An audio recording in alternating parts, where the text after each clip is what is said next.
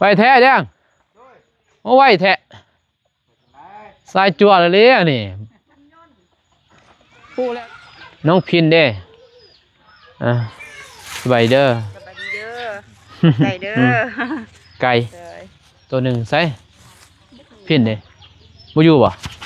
นั่นแหละโอนลืมตอนเสาร์กะเป็นยังเธอโอนเฮ็ดเพื่อนน้องณพลบ่โดย2 ล้านเพิ่นเนาะเพิ่นโอนมามันกระทบกับเพื่อนขั้วเรานั่นแหละแต่5 มุ่งหันมุ่งเขาแปะเลยใส่นั่นแปะนิดนึงนะผู้ดิแปะแล้วมันคำว่ามันได้จำตัวนี้สิแนนอยู่แต่มันบ่ซักบัดนี้เฮาต้องเอาตำเพื่อนใหญ่นะลงไปซาเพิ่นเนาะมาแต่เซ่มีแต่ให้ทั้งน้องแหละพาขอบใจขอบคุณขอบพระคุณทางพระอาจารย์เพิ่นเด้อท่านน่ะขอขอบคุณเด้อที่ซอยมาตลอดจนจะพองหอดเงินครัวนี่น้องก็ขอขอบคุณขอบอกขอบใจ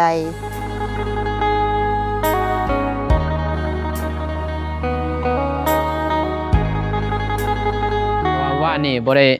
ให้เงินโทรศัพท์ให้เนาะเงินเบาพลโอนมาให้เบาน้องนั่นแหละเนาะที่ประเทศเพื่อนน้องน้ำพลเลยเอามาให้เพิ่นก่อนแล้วก็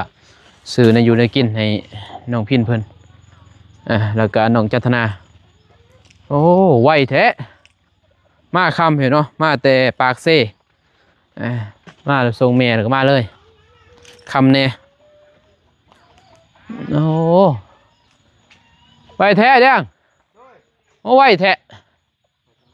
สายจั่วเลยนี่ปูแล้วโอ้คัดมันสบายใจเลยนะเรียบร้อยขณะนี้มีแต่มื่นพูดแล้วเฮตนัดเนาะมื่นเพราะว่าตัวนี้มันนั่นเด้เป็นยังไงเนาะตัวนี้มันแล้วได้ผลปูยังกะ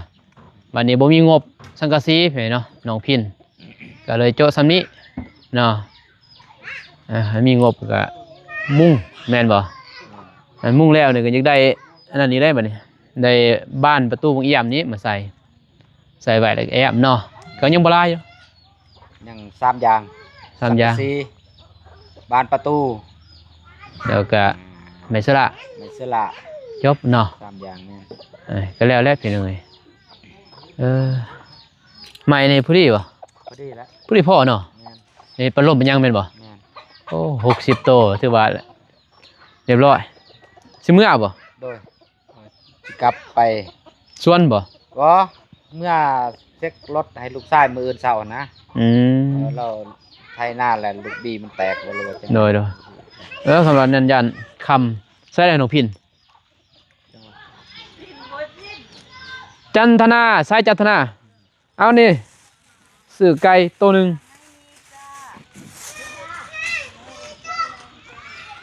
น้องพินเด้สบายเด้อไก่เด้อไก่ตัวหนึ่งใส่พินเด้บ่อยู่บ่เราไปซื้อของกินเนี่ยโอ้เอาไปพักเลยก็ซื้อของกินไหวผู้นี้ซื้อไหวนี่ซื้อไก่ยังไงเนาะเอาเงินให้ไอ้แดงเงินนี่เดือนหนึ่งก่อนแปลก่อนเงินเบาพ้นและโอนลืมตอนเสาร์กะเป็นยังเธอโอนเฮ็ดเพื่อนน้องณพลบ่โดย2 ล้านเผยเนาะเพิ่นโอนมา1 2 3 4 5 6 7 8 9 10 11 13 14 15 16 17 18 19 20พอกดเอาอยู่บ้านกระปื้อแหละกดเอา1ก็เริ่มตอนเสาร์พอพาเอาเมื่อเนี่ยพี่เนาะไปส่งเมทัลหั่นแหละไปเด้ขอบใจเงินทั้งแม่เพิ่นบ่เพิ่นโอนค่าสร้างบ่ค่าเฮ็ดเพื่อนน้องน้ำพ่นนั่นแหละค่าสร้างเพิ่นให้มื้อหน้า4 ล้านโดยก็ได้ปั้นให้ทั้งพ่อแม่ทั้งพ่อเฒ่าอันและเราเฮ็ดซอยล้านนึงแล้วก็บ่ซอยแจว3 มื้อก็3 แสนมื้อละแสนเราก็ซอยบ่ได้เนาะแม่นสุดท้ายบ่ได้พี่เนาะได้บ่หลายก็เอาแล้วก็เด็กน้อยตัวนี้และ2 ล้านโลโฮมเอาโดยซื้อนั่นซื้อนี่อันนี้เด้นี่ก็ได้หลายเติบอยู่ก็ซื้อใหม่เด้เพิ่นซื้อใหม่ไว้ สบายเนาะ ตอกไว้ บ่ทรายเอาแล้วบ่นั่นเซาบ่สั่งแล้ว ยังบ่ทันให้คำตอบครับทำให้กันทำให้แดง มีแต่ทอนแล้วก็บอกลาล่ะเราสิเลื่อยให้เราบอกบ่ยากดอกเนาะ500,000 4 เมตร เรายังบ่ทันให้คำตอบว่าหาได้ถามเพิ่น บ่ทันให้คำตอบบ่ ให้ตอนแรกมีแต่มื้ออื่นถ้าเพิ่นให้ตอนแรกก็มี ก็ว่านั่นได้แล้วบ่เซาได้แล้วบ่ก็บ่ยากดอกเพราะว่าพอผู้ใหญ่เพิ่นก็อยากเห็นเด้พอได้เงินมาปึ๊บเฮาก็ซื้อไว้โลดเฮือนน้องบ่วันนั่นแหละเห็นเนาะทางบ่สายเพิ่นงบทางผู้ใหญ่ทางพ่อบุญทงเพิ่นให้ทางบ่สายเป็นสะพานบุญก็เลยบ่สายแนะนำนั่นแหละถามบ่นงก็บอกว่าเอาตัวนั้นตัวนี้นะเพราะว่าให้เพิ่นเอกลอง เฮ็ดเบาพ้นนี่เบาพ้นก็ได้แล้วเนาะบ่ตูนบ่เจ็บได้เมื่อใดได้บัดนี้บ่ซ้ายบัดนี้ผู้ที่3ที่4บัดนี้ลองเบิ่งเนาะบ่ซ้ายอีกบริหารมันสิเป็นจังได๋การบริหารนี่บ่เจ็บหัวก็จักหน่อยแหละเนาะแต่ว่าเฮาอะลีแหละเบิ่งน้องนุ่งแต่ละคนอยู่บ่ได้ธรรมดาเลยบ่ได้อยู่นะนี่แหละนี่มาข้ามมือต้องมานั่นนี่มันหลายอย่างเด้อเฮือนหลังนึงโอ้ยเอาได้ปึ๊บมาบัดเดียวก็ใครแน่ได้เฮาไปซื้อมันง่ายเนาะมันได้เท่าละอย่างนี่ยุงทั้งผู้ซื้อแล้วก็เฮาแหละต้องได้จดละเอียดเด้ก็เพราะตัวนี้เฮาก็แบบว่าสะพานบุญนะผู้ใดช่วยเรือก็เจอเล็กน้อยผู้ละเล็กละน้อยเด้เพิ่นก็บ่มีนะพี่น้องเนาะผู้ใหญ่เพิ่นเด็กซอยและอีต้นนั่นแหละเพิ่นอีต้นแต่ว่าผู้ใหญ่ผู้นึงผู้เดียวก็ยากเลยพี่เนาะเพิ่นก็ซอยได้คือลังนึงนี่แหละเพิ่นซอยได้ผู้นึงเนาะแต่ก็ลังต่อไปเพิ่นก็ซอยบ่ได้ถ้าว่าคนละเล็กละน้อยคือน้องเดิมแม่นบ่น้องเดิมนี่หลายเด้พี่เนาะคนละเล็กน้อยจนเงินเหลือน้องเดิมก็น้องซะลี่นี่ก็ผู้เดียวหลายที่สุดคือผู้เดียวแล้วก็ยังมีแน่ก็หลายคือกันน้องซะลี่ก็หลายคนนะจังได้เฮือนหลังใหญ่นะเงินใบแดงคันบ่ได้เด้สังกะสีกับผู้นึงแต่ว่าพอนั่นใจลอยพอหางน้องซะลี่ก็หลายได้เพิ่นได้แต่ก็พอหลายๆทานนะน้องซะลี่ก็คนละ10ละ20เนาะคือน้องจันทนานี่มีแต่พอบุญทงกับพระอาจารย์หลายได้พระอาจารย์แสนกว่าบาทไปเลยเป็นยังไงเนาะเพราะว่านี่ในห้องน้ำแล้วก็อันนี้แน่เฮือนครัวนี่เนาะ มีแต่มือนั่นแหละไอ้แดงเห็นเลยโดยแต่ซื้อปูนเหล็กมามืออื่นมาแล้วทางน้องเซเลนมาแล้วก็มีแต่ไอ้ก็เกี่ยมแล้วบอลได้บอลนั้นนะก็กบไม้ไว้บริกบเนาะไม้มันกบกับบลายกบเล็กหน่อยเนาะมันขดอีลีรอเขาถึงกบมีแต่ขุดนั่นแหละแล้วก็แทกคือแทกเด้อผมมียังบ่ผมมียังตีบ่อยเด้ พอมีแบบอยู่บ้านนั้นน้องสิส่งให้เด้อพอแบบทางมันจะง่ายเฮาเฮ็ดง่ายแบบพระอาจารย์เพิ่นนั่นแหละให้เฮ็ดพี่น้องเนาะเพราะตัวนี้มันต้องซากนะเพื่อห้องน้ำมันบ่ซากแม่นแต่ตัวนี้ต้องซากแล้วซากให้จับซากเลยจับมุมพุ่นเลยเด้อนี่มุมนี่ปุ๊บนี่ตัวนี้ซากตัวพุ่นก็ซากนั่นนะเด้อซากเลยแบบเวลามุ่งก็มุ่งตัวนี้แต่ว่าตัวนี้มันบ่ซากแล้วพี่เนาะแต่ว่าตัวนี้นี่กอจำขนาดเลยเนาะกอจำเลยนี่กอได้ซื้อไม้ได้ถอโดยได้บ้านตั้นมันจะออกทางไหนบ้างตัวนี้โดยเจาะไปทางนั้นโดยเจาะทางนั้นเอามีแต่มีบ่ทอหน่อยมีบ่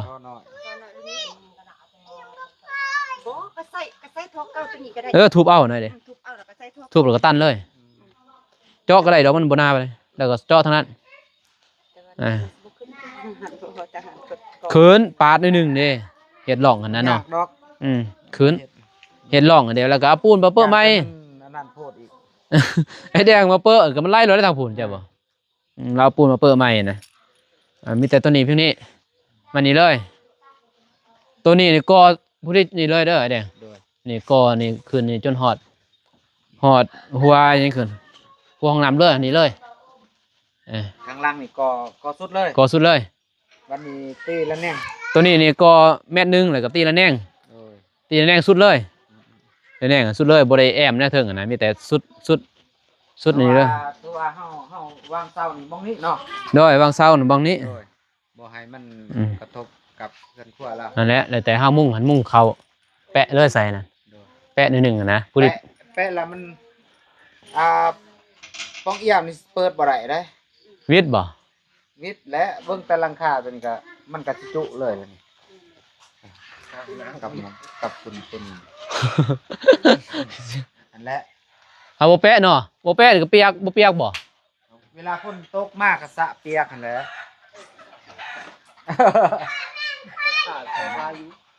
บ่เปียกเลยเฮ็ดนั่นเด้หางลิ้นให้ได้หางลิ้นนี่เจาะนี่สอดใส่บนนี่เลขตะปูนี่เฮ็ดหางลิ้นนั่นนี่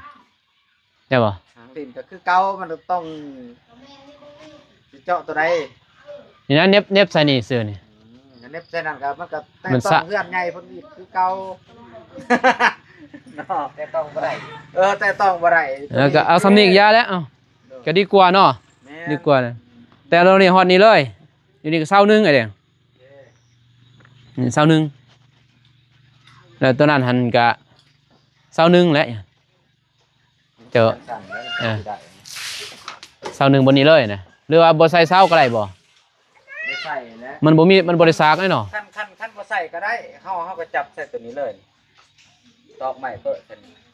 มันสิบ่ซากนะ แต่มันก็บ่ได้อีกคันบ่ใส่เสาอีกมันบ่แน่นบ่แม่นอื่นดอก เออ สิเอายังมาแน่นคันว่ามันได้จำตัวนี้นี่สิแน่นอยู่แต่มันบ่ซากบัดนี้เฮาต้องเอาต่ำเพื่อนใหญ่นี่นะลงไปมันจังสิได้เฮาต้องได้เฮ็ดเสาอีก คือน้องเว้านี่คันบ่อยากให้นั่นเนาะก็เอา ว่ามัน เฮ็ดหางลิ้นอยู่นี่ได้เนาะใส่หางลิ้นนี่เนาะเตาะใส่ห้องน้ำเนาะหางลิ้นแล้วก็น้ำไล่ลงไปพุ่นแล้วใส่ท่อไปเนาะมันสิพอดีเลยนั่นยังปองเอี่ยมหั่นแม่นบ่พอดีปองเอี่ยมเนาะอันบ่นี่สูงกว่าปองเอี่ยมได้นี่ สูงนั่นแหละ สูง ถ้าเอาระดับนี้จะจับรถตัวนี้ขึ้นไปนี่พอดีเป๊ะใส่ตรงเยี่ยมเลย แต่ว่าคันว่าเฮาอยากให้มันได้แล้วก็ก็ได้แก่หลายอันแหละ ได้มากตัวนี้เนาะ แม่น บ่มากเนาะ แก่หลาย มีแต่ว่าเบิ่งก่อนให้อ้ายเทเสาขึ้นก่อนแล้วก็เอาขึ้นเบิ่งแล้วก็เบิ่งตามเอี่ยมเนาะว่ามันเสียแบบใดแล้วก็ว่าน้องสิถามพระอาจารย์เพิ่นให้เนาะเพราะว่าก็พระอาจารย์ก็สิเบิ่งอยู่พี่เนาะพระอาจารย์เพราะว่าตัวนี้นี่มันถือกับบ่งเอี่ยมเพ่เด้อพระอาจารย์เด้อเนาะมัน สมมุติเด้อ เออ อ้ายสิสมมุติให้อ้ายสิเอาไม้ทหารมาดันใส่นี่มันสิคือซำใดหั่นนะ อืม เด้อกันว่าได้แก้มันก็หลายนั่นแหละได้มางออกแล้วเฮาก็ปาดไม้ปาดลง โอ้หลาย ห ว่ะ ลายเด้ออันนั้นเบิ่ง มีแต่ว่าเอาสูงนี่ได้เนาะ สมมุติว่านะเอาบ่ ใช่ สมมุติเอาซื่อๆเอาไม้ดันเข้าไปนะ เดี๋ยวลองเบิ่ง มันสิตับใส่ตกเรียง โอ้ยแบตก็หมดพี่น้องเอ้ยนะยังเดือนเดียวนี่แหละจักสิรอดบ่สบายดีมาแต่ไสเดี๋ยวส่งของกิน ได้เพื่อนใหม่แล้วดีใจแล้ว ซื้อไก่อันเด้เห็นบ่ไก่อันเด้ได้บ่เนี่ยวิทย์บ่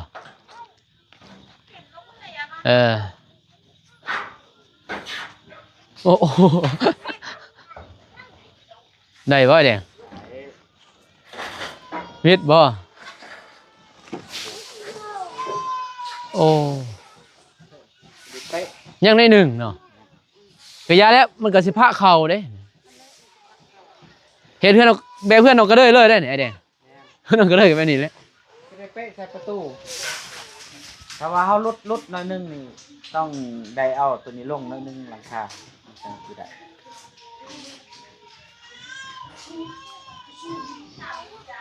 แบบเพื่อนน้องก็เด้ย น้องก็เลยกับเป๊ะเลยเด้เนาะ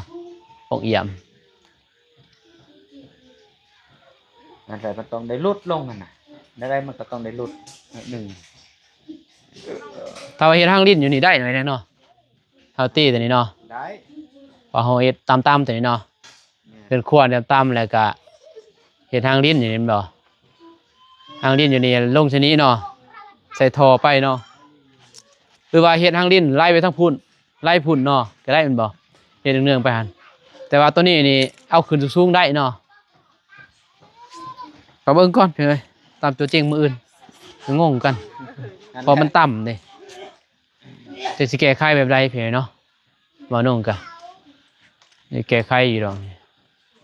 แต่ใส่แบบใดบัดนี้เพราะว่าเฮือนน้องเพิ่นนี่สูงได แต่ว่าห้องน้ำสูงเด้มันเอ็นนี่ผู้ดีงามเลยแต่ว่าห้องน้ำนี่ผู้ดีบอกกับผู้ดีซ้ำนี่ หรือว่าสิเอาจังสิบ่วางแผนว่าอันน่ะคือเก่าแหละมันประตูมันเปิดบ่ได้เก่าแต่บางทีก็สิเปิดได้เอายิงระแนงมาจังสิให้ยิงอันนี้นะตัวยัวมาจังสิลงมาให้น้ำตกนี้แล้วตกนั้นทางนั้นล่ะได้ใส่อันนี้ได้ใส่หางลิ้นบ่ให้มันตกใส่พื้นที่เขานะใส่หางลิ้นทำตกลงไปลุ่มมาตัวนี้เด้ตัวนี้เขาก็ยิงมาพี่เลยหาหมุงมาพี่เลย ตัวนี้ก็มุ่งมานี่บ่มาพี่เลยแม่น มันจะซัดมาจังซี่มันสิเอาแต่ว่าป้องเอี่ยมมันก็เปิดได้มีแต่สิปรึกษาทางพระอาจารย์เพิ่นตอนแรกส่งกบสิเอาตามอยู่บ่หรือว่าสิเอาตามเพิ่นว่างก็บ่เป็นหยังมีแต่เฮาแนะนำซื่อๆเนาะแก้ไขให้มันได้หั่นนะโดยนี่ครับนี่มาสมมุติว่าเอาจังซี่เนาะถ้าสิเอาประมาณซำนี้นะเพราะว่าป้องเอี่ยมมันก็ได้ใส่จังซี่มันสิบ่พระบ่พระไปใส่ย่านน้ำพระเขาอีกมันสะเก่าทางนั้นก็มันก็พระคือเก่าคันว่าเฮาบ่เอาอันน่ะอัดกระพระคือเก่าคันว่าถ้ามุ่งจังซี่มันกระพระคือเก่าแต่เฮาเปิดบ่ได้เนาะแม่นตัวนี้เปิดได้เนาะได้ถ้าเราเฮ็ดแบบนี้เปิดบ่ได้เด้นี่แม่นแต่ว่าเฮาสิบ่เฮ็ดมันจำหั่นนะบ่ให้มันจำพาถ้าว่าคือน้องเว้าเนาะถ้าว่าเฮาตองได้แม่นบ่เฮ็ดทางลิ้นเนาะตีใส่นี่ได้เอาลงกันว่ามันเฮาบ่แม่นว่าหางลิ้นเอาเฮ็ดซ้ำนี่มันก็วิดนี่กันศาสตร์นั่นแหละโดยกันศาสตร์นั่นแหละเฮาซื้อมาน่ะมันมีเด้อันนั้นสังกะสีอันนี้ปกไว้โดยก็ยิงใส่อันพาเฮือนเลยตึ๊ดๆไปโดยแล้วบ่มีสระเลยคือว่ามันก็สะดวกอันนะมันสิบ่สระใส่เพื่อนน้องว่าแตะต้องบ่ได้อันตัวนี้ยากตัวนี้บ่อายก็ยากคือกันได้กันเฮ็ดจบเลยเนาะบอกกันว่าเฮาเบื้องนี้นี่มุ่งแนวนี้ได้แล้วคนละอันอย่างนะมันต้องตามลงนี่นะได้ตัวนี้ก็ตามลงเลยนี่ตามลงกว่ามื้อนี้นี่ได้แล้วมื้อนี้นี่ก็ตามลงแล้วก็ใส่หางลิ้นเอานี่ได้ให้น้ำไหลไปพุ่นใส่ท่อลงอ่ะนะได้นั่นเนาะแต่ว่าพระบ่กับพระก็มันก็พระบ่หลายดอกอย่าบ่มันพ้นมันก็ทางมันก็ต้องเฮาอัดกับมันบ่พระดอกเข้าใจบ่แต่ก็เบิ่งก้อนอื่นถ้าว่าได้ไอ้แดงเฮ็ดอันนี้หั่นนะน้ำมันก็ไหลดอก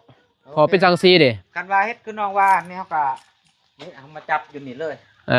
เซาอยู่หั่นบ่จำเป็นต้องใส่ก็ได้เอาตอกมุใส่นี่มีโดยมีแต่มื้อแน่น้องมาแต่เช้าประมาณ 9:00 นนี่แหละสิมาแต่เช้าพี่เนาะสิมาแนะนำให้ไอ้แดงแล้วก็บางทีเสียตามนี่แหละแต่มันบ่พาเข้าดอกแต่เพี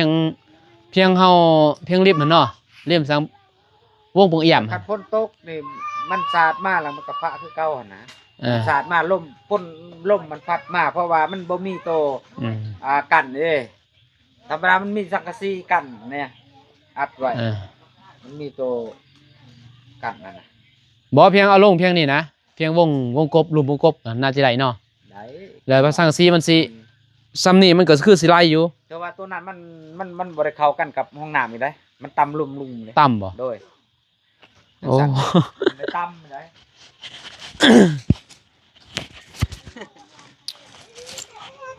ต่ำเลยนี่เนาะเบิ่งคักๆเนาะมันได้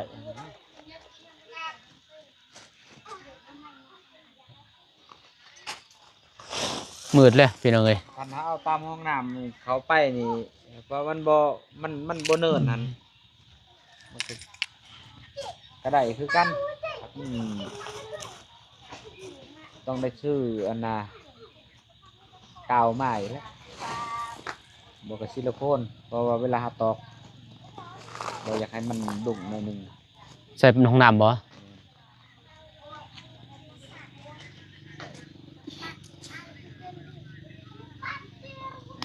ก็มันต่ำนี่เนาะได้ตัวนี้ต่ำเนาะเฮ้ยเอากันแล้วเนาะมีแต่ให้แดงกับมันคำ โดยๆ มันสิคำมืดมีแต่มื่นจังว่ากันเลยเด้อโดยมื่นจังว่าคำเลยมันสิ บอกยังไงไปหน่อยเนาะพอมีแต่ไม่ยังฮะจับเลยคือรถ เมื่อทาแต่งเลย มีแต่นั่นแหละทางพระอาจารย์เพิ่นเด้อเพราะอายมาว่านี่บ่เห็นจ้ะ โดยน้องไปสวน ทางว่าจะพระอาจารย์ไผทูลเพิ่นเป็นยังไงเนาะเพิ่นให้เปิดแพทย์ให้ อีหยัง จะอยู่ดีๆคอท้อน เปิดบ่ได้ฮะ แบตเตอรี่ต่ำใครเปิด แบตเตอรี่ต่ เดี๋ยวเขาเปิดแผ่นคอย ำโอ้มันต่ำบ่โอ้ต่ำอย่าเลย ไปอยู่พุ่นไปไปอยู่ อ่า ไปอยู่พุ่นคอ จันทนาเอาน้องไว้ โอ้ไหวเรียเดียเห็ดเนาะเขาเดียสายจวดสังแดงสายจวดมีแต่พระอาจารย์เพิ่นนั่นแหละ โดย พระอาจารย์ไปทูลเพิ่นเด้อ โดย โอนมาเลยเนาะเงินซื้อนี่แหละรวมทั้งหมดก็35,000 บาทไปเนาะแต่ว่าค่าสร้างก็6 ล้านแต่ว่านุ่งซื้อไปนี่หมดไปก็หลายเติบไปได้นี่เนาะซื้อบล็อกแล้วก็ซื้อแฮทรายพี่น้องเนาะแล้วก็ซื้อไม้บล็อกนี่ก็ถึงอยู่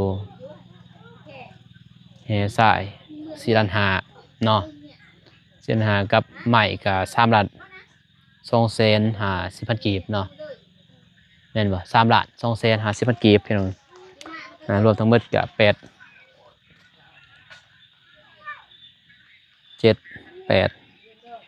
ล้านป้ายเด้อ โดย หมื่นกว่าแล้วพี่เนาะ10,000 กว่าบาทขอเงิน35,000 บาทแต่ว่าเบานุ่งไรตอนนั้นบริไรค่าสร้างเลยพี่เนาะค่าสร้างโต1 ล้านหันตอนนั้นเบานุ่งไรเงินค่าสร้างมีแต่5 ล้านพี่น้อง บัดนี้มาไล่แล้วพี่เนาะแต่ว่าเสานี่ก็ซื้อเลขมืออื่นเนี่ยซื้อปูนมาแล้วก็สมาถอมาเทแล้วก็ตัวนี้แหละสิวางแผนว่าจะเฮ็ดแบบใดพี่เนาะพอห้องน้ำน้องเพิ่นนี่สูงกว่าเฮือนบ่แม่นสูงเฮือนดอกสูงกว่าบ้านประตูบ้านปงเอี่ยมหั่นแหละมันสูง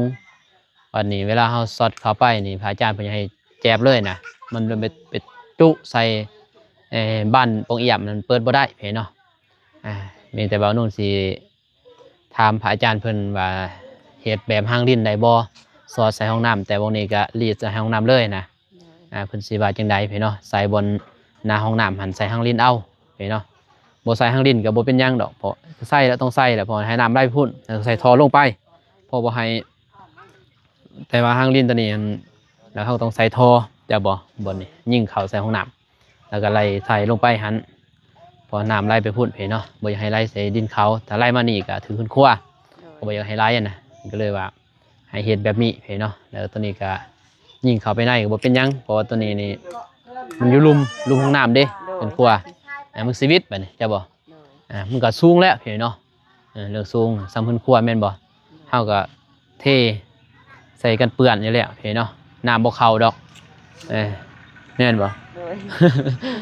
เสียแบบนั้นเนี่ยแก้ไขแล้วก็บ่นุ่งสิถามเพิ่นพอแบบพระอาจารย์เฮ็ดให้มันสิเป๊ะเลยเนาะเป๊ะเลยแต่ว่ามันสิไปถือกับบ้านนี้เนาะเรื่องเราเฮ็ดให้เป๊ะคักงามตามแบบพระอาจารย์เฮ็ดแต่ว่ามันไปถือใส่บ้านปงเอี่ยมนี่แหละทางหลัง โดย ก็เลยว่าเปิดบ่ได้เนาะ โดย ต้องเอาลงหน่อยนึงเนาะ โดย ถ้าเอาลงหน่อยนึงก็ต้องเพิ่นว่า คันบอกเฮ็ดสูงเลยได้แม่นบ่ เฮ็ดสูงเลยเนาะ วิทย์ปงเอี่ยมเลยแม่นบ่ วิทย์ปงเยี่ยมก็บ่ได้ อันวิทย์ปงเอี่ยมเลยได้ มี2อย่างนั่นแหละ1เฮ็ดวิทย์ปงเอี่ยม โดยบ่จัก แล้วแต่เจ้าต้องได้แอมอยู่ได้นี่แม่นบ่แอมก็สาดแล้วสระเด้ยันสระใส่นี่เด้เฮือนบนห้องน้ำนี่เด้กลัวมันเลยได้ตอนตะกี้นะเฮาบ่ฮู้ถ้าว่าฮู้ว่าทางพระอาจารย์ไปซอยหมดเรื่องของน้องน้ำเนี่ยสิวางแผนง่ายแล้วก็ของคุณครัวเด้เฮาสิจัดสรรว่าแบบนี้แล้วเฮ็ดแล้วขึ้นมาแล้วพี่น้องมันสิง่ายถ้ามันนี่เฮามาเฮ็ดห้องน้ำก่อนแล้วมันสิวางแผนมันยากแหละสากบ่ตรงกับเพื่อนถึงแท้ทั้งว่าน้องว่าอยากเฮ็ดเฮือนก่อนเนาะแล้วเฮ็ดห้องน้ำแล้วเฮ็ดเฮือนครัวมันเป๊ะเลยบัดนี้ถ้ามีงบนั่นน่ะคือเฮือนน้องซาลีก็เป๊ะในห้องน้ำกับเบิ่งนัดเด้แต่ตัวนี้นี่เฮือนขึ้นน้ำลังจากห้องน้ำขึ้นก่อนมันสิบ่ตรงสากเพราะว่าเฮาก็บ่ได้เบิ่งนำเพิ่นเนาะแต่เบิ่งอยู่แต่ว่ามันก็ถูกชื่อแล้วนี่มันบอกชื่อทางมันก็ชื่อทางแต่ว่าเวลานั้นไม่ได้ก็เบิ่งชื่ออยู่ตามแต่เพิ่นก่อแหละพี่เนาะแต่ว่าเพิ่นตัดลังนั่นแหละมันก็เฮาต้องวิทย์อันนี้นิดนึงเพิ่นก่ออันนี้ ก็แบบเอี่ยวมาผี ก็เลยว่ามันสูงนั่นแหละว่าเนี่ย แต่มันสูง แต่ว่างามบ่สำนี้แหละห้องน้ำแม่นบ่ แม่น สำนี้แหละห้องน้ำงามสำนี้มันสูงผู้นี้สูงแต่ว่าเพื่อนสูงบ่ก็สูงเด้พี่เนาะเพื่อนสูงกว่านี้บ่งาม แต่ว่าปองเอี่ยมซื่อๆแม่นบ่ถ้าปองเอี่ยมยับขึ้นเทิงก็บ่ได้อีก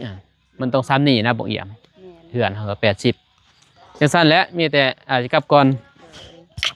พอแบตก็หมดแล้วลืมสากพี่น้องมาแต่เซ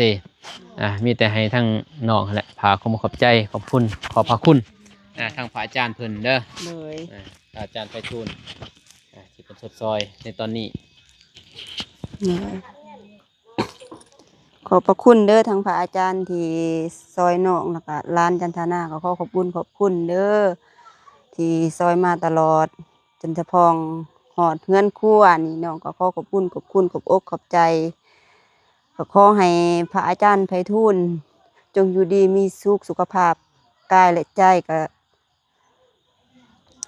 สุขภาพแข็งแรงความเจ็บบ่ให้ได้ความไข้บ่ให้มีปรารถนาสิ่งใดก็ขอให้ได้ตามมุ่งมั่นปรารถนาสาธุสั้นและอะไรครับก่อนคำเลยโดยพี่ด้วยกลับก็เด้อเล่าเดินทางปลอดภัยโดยมือจะมาไหมโดยเรื่องเงยเนาะโอเคคลิปนี้มาลงกาสีจบคลิปนี้ก่อนพอไปเลยเนาะมีตลอดเบิ่งรอส้มว่าสีออกมาแบบใดเฮือนครัวน้องจันทนาแล้วก็เพื่อนน้องพินเพิ่นเป็นยังไงเนาะน้องพินกะคือในนี่แหละเนาะบ่มีงบตอนนี้เรียบร้อยเบิดเลยสิได้ตั้งเทินนั่นนี่แหละเป็นยังไงเนาะน้องพินก็ได้จังสิใส่น่ะ